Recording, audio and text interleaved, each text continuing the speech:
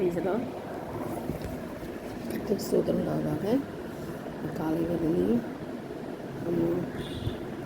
வீட்டு காட்சியும் கண்டோம். இவ்வளோ நாளும் கல்வாரி காட்சி, அடுத்தது வீட்டு காட்சி நம்ம கண்டோம். அதோட அர்த்தம் என்ன அப்படின்னா, நம்ம இருதயத்தில் உயிர் மூச்சு அடையணும். அப்போ இருதயம் உயிர் மூச்சு அடையானா ஆண்டவர் வீட்டுக்கு அர்த்தமே இல்லை. ஆண்டவர் என்ன செய்தார்னா, நம்ம பாடுகள், நம்மளுடைய கஷ்டத்தில், நம்முடைய இதுக்காக தான் அவர் என்ன செய்தார், சிலுவையில் அறையப்பட்டு 3ஆம் நாள் வீட்டு மரணத்தை ஜெயமாய் விழுங்கின தேவன். அப்படி இருக்கும்போது நம்மள என்ன செய்யணும், அந்த ஜெயத்தை பெற்றுக்கொள்ளணும்னா நம்ம இருதயம் சுத்தமாகணும். இருதயம் ஆண்டவர் சொல்லிக்கிறார் வசனத்தில், திருக்குறது மகா கெடுதமாக இருக்குது. அந்த கேடை நம்ம எப்படி எடுக்க முடியும், இருதயத்தை எப்படி எடுக்க முடியும்? அவருடைய வசனத்தினால் தான் எடுக்க முடியும். அவருடைய வசனத்தை தியானிக்கணும், படிக்கணும், தியானிக்கணும். இரவும் பகலும் அவருடைய வேதத்தில் பிரியமாக இருக்கிற மனுஷன் பாக்கியம். அந்த வேதத்தை தியானிக்கும் போது ஆண்டவர் நம்ம கூட பேசி இந்த காரியங்கள் எல்லாம் சரிப்படுத்துவார்.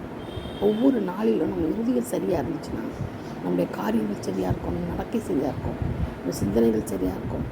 மற்றவர்களுக்கு நம்ம செய்கிற எல்லா காரியங்களையும் கரெக்டாக இருக்கும், ஒன்றும் கூட தப்பாது. நன்மையே தான் நம்ம நினைக்கணும், நன்மையே தான் நம்ம செய்யணும். ஆனால் இருதயம் கெட்டுப்போன இருதயமாக இருந்ததுன்னா, திருக்குறது மகா கெட வச்சுட்டு இருந்தோம்னா நமக்கு இருதயம் என்ன இருக்காது, சுத்தம் இருக்காது. குடும்பத்தில் கஷ்டம் வரும், தரித்திரம் வரும், எல்லாமே வரும். ஏன்னா இருதயமே சரி இல்லையே. நம்ம ஜெபிச்சு என்ன பிரயோஜனம், வேதத்தை படித்து என்ன பிரயோஜனம்? ஒரு பிரயோஜனம் இல்லை. முதலாவது சிலுவையை சுமந்து அவர் என்னை பின்பற்றி வாழ்கிறார். நீ எனக்கு சீசனாக இருக்கணும்னு என்ன செய்யணும், சிலுவையை சுமந்து வாழ்கிறார். அப்போ எந்த சிலுவை, எது சிலுவை? சிச்சை, உபத்திரம், இதெல்லாம் தான் சிச்சை இல்லையா? அதுதான் என்னது சிலுவை. அப்போ நம்ம சிலுவையை சுமந்து வரணும்னா அவருடைய காரியங்கள் எல்லாவற்றையும் கற்றுக்கொண்டு அவர் பின்னாடியே போகணும். அவர் எப்படி இருந்தார்? அநேகரை மன்னிச்சார், குத்தி கொலை செய்தாங்க, கன்னத்தில் அரைஞ்சாங்க, கண்ணை கட்டிட்டு கன்னத்தில் அரைஞ்சி காரி துப்பினாங்க. அப்போ கூட ஆண்டவர் ஒரு வார்த்தையோடு பேசலை. அது மட்டும் இல்லை, குத்தி சதையெல்லாம் பிச்சு உழுது அவங்க உடம்பை உழுதாங்க. அதே ஒன்று அவ்வளோத்தையும் தாங்கிக்கிட்டு நமக்காக, நம்முடைய உபத்திரங்களுக்காக, நம்முடைய வியாதிக்காக, நம்முடைய மரணத்துக்காக, நம்மளுடைய எல்லா காரியத்துக்காக, நம்முடைய வியாதி வறுமையிலேருந்து தரித்திரத்திலேருந்து நம்மளை வீட்டுக்கொள்ளணும். என்னோடய பிள்ளைகளை என்ன செய்யணும், எல்லாரையும் காத்துக்கொள்ளணும்னு சொல்லி தான் அவர் மரித்தார் இல்லையா? உபத்திரத்தெல்லாம் அவர் எடுத்துக்கொண்டார். அப்படி எடுத்துக்கொள்ளும் போது அப்போ நம்ம எப்படி இருக்கணும், நம்ம அவரை போலவே நம்ம இருக்கணும், அவரை போலவே அன்பு செலுத்தணும், அவரை போலவே நேசிக்கணும், அவரை போலவே மன்னிக்கணும். கடைசி நேரத்தில் என்ன செய்கிறாரு, இதாகவே இவங்களுக்கு என்ன செய்கிறாங்கன்னு தெரியாமல் செய்கிறாங்களுக்கு மன்னியும்ன்றார். யாராவது சொல்லுவாங்களா? நீங்கள் நான் சொல்லுவோமா?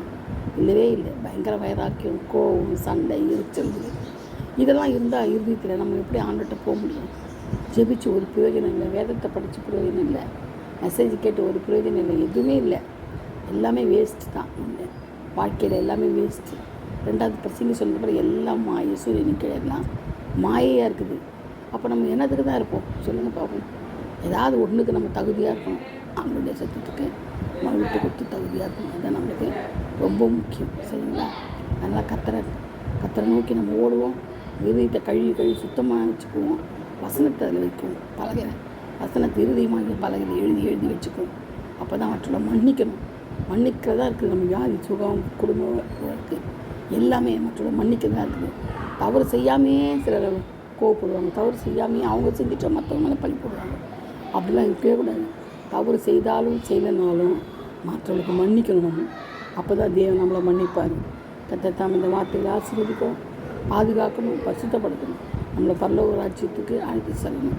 அது நம்ம தகுதிப்படுத்தணும். கடைசியாக நம்ம தகுதியில் மாற்றப்படணும். கர்த்தர் இந்த வார்த்தைகளை ஆசீர்வதிப்பாராக. நீங்கள் சப்ஸ்கிரைப் பண்ணுங்கள், மற்றவங்களுக்கு சப்ஸ்கிரைப் பண்ணு, சொல்லுங்கள். அநேகருக்கு இந்த வாசனங்களெல்லாம் கொண்டு செல்லுங்கள். கர்த்தர் உங்களுக்கு கருவியாக யூஸ் பண்ணிட்டோம். இயேசு நாமத்தில் ஆமென். Praise God. Glory to Jesus.